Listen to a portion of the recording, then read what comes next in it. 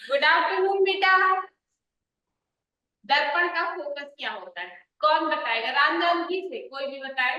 बिंदु में मुख्य अक्ष के समांतर आने वाली सभी प्रकाश की किरणें परावर्तन के पश्चात मुख्य अक्ष के किसी किसी एक बिंदु पर मिलती हैं अथवा किसी एक बिंदु से निकलती हुई प्रतीत होती हैं, उसे फोकस दर्पण का बिंदु कहते हैं।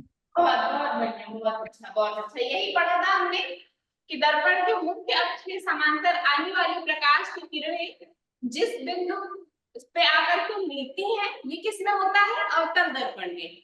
या फिर जिस बिंदु से आती हुई प्रतीत होती है, उस बिंदु को हम दर्पण का फोकस कहते हैं। ठीक, तो ये हमने कौन सा दर्पण बनाया है? अवतल दर्पण है ना। ठीक है, चलिए अवतल दर्पण के ऊपर ये मैंने लाइन खींच दी। यहाँ पे इसका कोण हो गया P, कोण या कहिए ध्रुव, ध्रुव P हो गया। ध्रुव से किसी को कोई दिक्कत है? मैम फोकस बिंदु F हो गया। हाँ, पहले यहाँ पे वक्रता केंद्र C त्रिज्या का पार्ट है, तो वक्रता केंद्र C हो गया। ये C से P की दूरी जो है, इसमें क्या होता है कि वक्रता त्रिज्या। मैम यहाँ पे अनंत होगा। हाँ बेटा, मैं लाइन को आज ए बी रखूंगी। ये मुख्य अक्षर में इसको मैंने लिखा है ए बी। ठीक है, एम एन क्यों नहीं कहा अभी बता दी।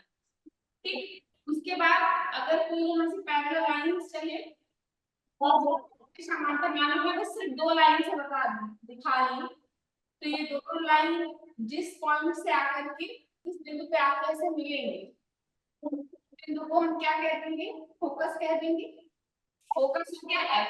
ठीक, ये अभी मेरे से लाइन पूरी बन गई है, पर इसका मतलब ये नहीं है ये इस लाइन के पैरेलल है। ठीक है, तो हो गया फोकस।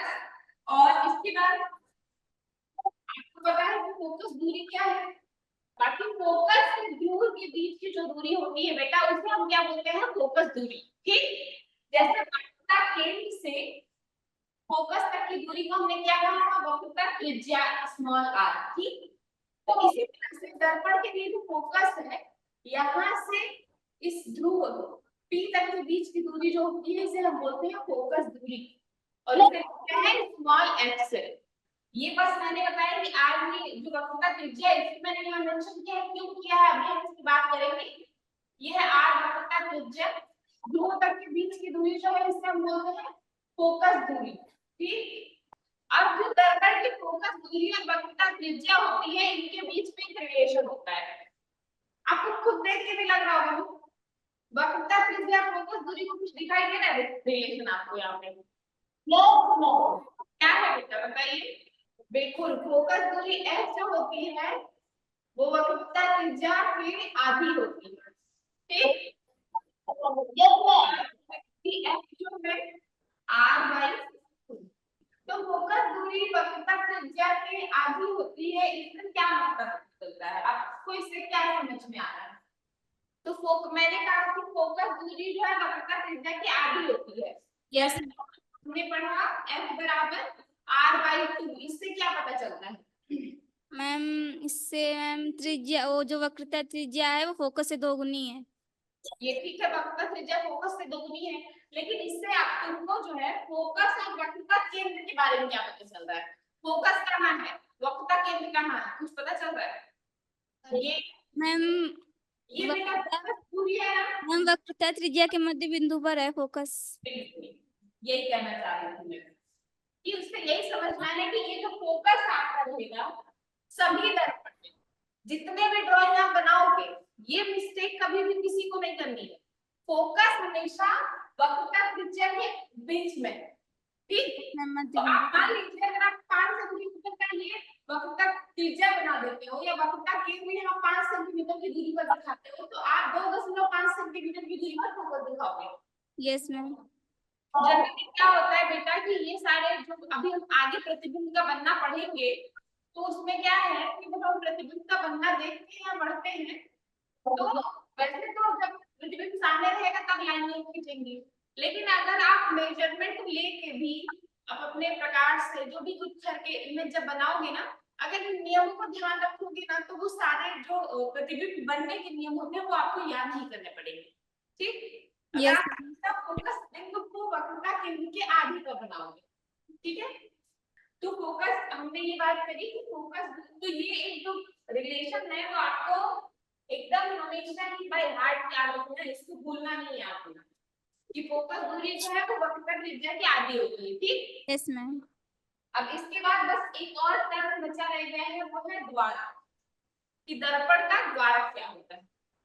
तो ये आप जो है दर्पण का ये कटा हुआ गोलीय हिस्सा देख रहे हैं, जैसे क्या होता है बेटा, दर्पण जो होता है पहले ये एक बड़ा सा गोला होता है, सर्कल होता है, काट लेते हैं और इसमें पॉलिश लगा देते हैं, तो ये बन जाता है दर्पण, ठीक। आप ये बताओ कि जब एक गोले में से इतना हिस्सा काट के निकालोगे तो ये पार्ट भी होगा, तो इस तरीके का गोलीय होगा कि नहीं, ये पार्ट ऐसा गोला होगा, दर्पण होगा वो कुछ इस तरीके का होगा, क्योंकि ये जो हमने काटा है ना, ये कोई वृत्त में से नहीं काट रहे हैं बेटा, हम किससे काट रहे हैं, गोले से काट रहे हैं दर्पण। तो जो दर्पण होता है वो एक हम कह रहे हैं बड़े से गोले से काट के निकाला गया होता है, तो इसी तरीके का गोलीय भाग दर्पण भी होता है, ठीक। तो वास्तव में आपको जो ये दर्पण का बाहर का ये जो हिस्सा दिख रहा है, ये जो दर्पण का बाहर वाला हिस्सा है, ये भी एक तरीके का गोला है, एक तरीके का वृत्त है ये, ठीक।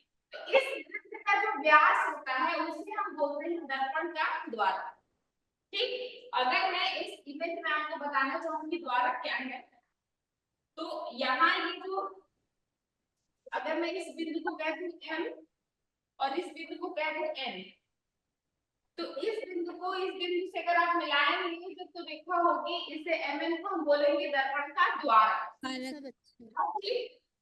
Yes ma'am. देखो एक्चुअली में जब इस तरह से डायग्राम बन रहा है और MN दिखता है तो हमको ये तो पता चल जाता है कि MN दर्पण का द्वारक है। Yes ma'am. अगर आपसे ये कोई कहे कि दर्पण का जो बाहरी हिस्सा है वो एक वृत्त है और उस वृत्त का जो व्यास है उसे हम बोलते हैं दर्पण के द्वारक, तब बच्चों को समझ में नहीं आता है कि अभी तो एक बड़ा सा गोला था जिसका केंद्र वक्रता त्रिज्या थी, तो वो कौन सा गोला है, तो दर्पण का द्वारक हो गया MN।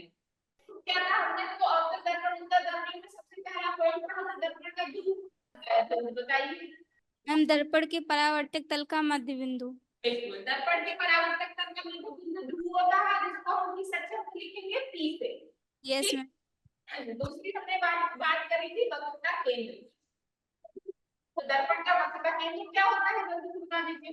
मैम दर्पण, मैम जिस गोले का कटा हुआ भाग होता है उसका केंद्र वक्रता केंद्र होता है। बिल्कुल, तो दर्पण जिस गोले का कटा हुआ भाग होता है उसका केंद्र क्या होता है, वक्रता केंद्र होता है, इसको हम लिखेंगे कैपिटल C से, ठीक है।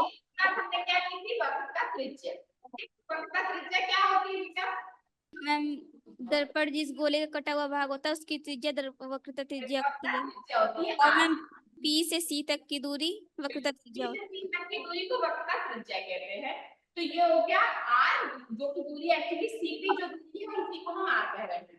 उसके बाद हमने पढ़ा था दर्पण का फोकस बिंदु क्या है, तो क्या होता है फोकस बिंदु, मैम मुख्य अक्ष के समांतर आने वाली रेखाएं जिस बिंदु पर प्रतिच्छेद करती हैं उसे फोकस कहते हैं। बिल्कुल, मुख्य अक्ष के समांतर आने वाली रेखाएं तक दर्पण के टकराकर जिस बिंदु पर मिलती है उस बिंदु को हम दर्पण का फोकस कहते हैं, या तो मिलती है या मिलती हुई प्रतीत होती है, ठीक है। पांचवा पॉइंट हमने क्या पढ़ा था, फोकस दूरी, क्या होती है, मैम फोकस से ध्रुव तक की दूरी फोकस दूरी होती है। फोकस से ध्रुव तक की दूरी फोकस दूरी होती है, इसका हम लिखते हैं स्मॉल f पे, तो small f is equal to f, क्या पूरा दर्पण का मैम परावर्तक तल का व्यास।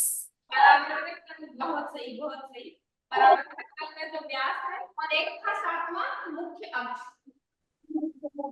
मुख्य अक्ष क्या है बेटा, दर्पण की वक्रता केंद्र ध्रुव, दर्पण के फोकस वक्रता केंद्र और ध्रुव को मिलाती हुई जो सीधी रेखा होती है उसे हम क्या बोलते हैं, मुख्य अक्ष। यस तो ये सारे टर्म क्लियर है सबको। Yes ma'am. चलिए, थैंक यू मैम।